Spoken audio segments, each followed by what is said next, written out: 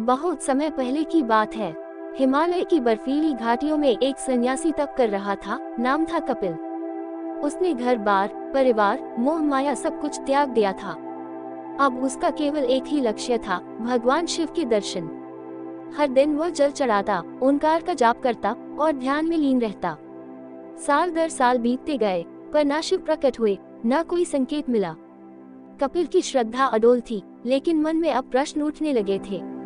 क्या मैं सही साधना कर रहा हूँ? क्या शिव मुझसे प्रसन्न नहीं है? या फिर मैं अब भी माया में फंसा हूँ? एक रात उसने अपने भीतर की सारी ऊर्जा इकट्ठी की और शिव से पुकारा, हे महादेव, आप त्रिनेत्रधारी हैं, सर्वज्ञ हैं, तो बताएं आप मुझे क्यों नहीं दिखाई देते? तभी तेज तूफान उठा, आकाश में बिजली गड़गड़ाई, गुफा के भीतर एक तेज प्रकाश फैला और वहां प्रकट हुए स्वयं भगवान शिव। उनकी जटाओं से गंगा बह रही थी, तीसरा नेत्र बंद था और उनके पूरे शरीर पर भस्म लगी हुई थी, राख। कपिल भाव विभोर हो गया। विनम्र होकर उसने पूछा, प्रभु, एक बात समझ नहीं आती, आप तो सृष्टि के स्वामी हैं, फिर यह भस्म क्यों लगाते हैं? शिव मुस्कुराए। वो मुस्कान शांत थी, लेकिन उसके भीतर गूढ़ रहस्य छुपा था।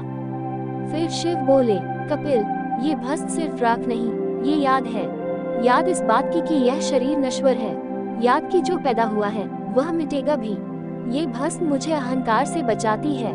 ये भस्म बताती है कि मैं शिव हूँ, चेतना हूँ, शरीर नहीं। लोग मेरी पूजा करते हैं, रूप की प्रशंसा करते हैं, लेकिन मैं इस भस्म से उन्हें बताना चाहता हूँ कि रूप एक भ्रम है। जो सच्चा है वह आत्मा है, जो कभी नहीं जलती, जो कभी नहीं मिटती।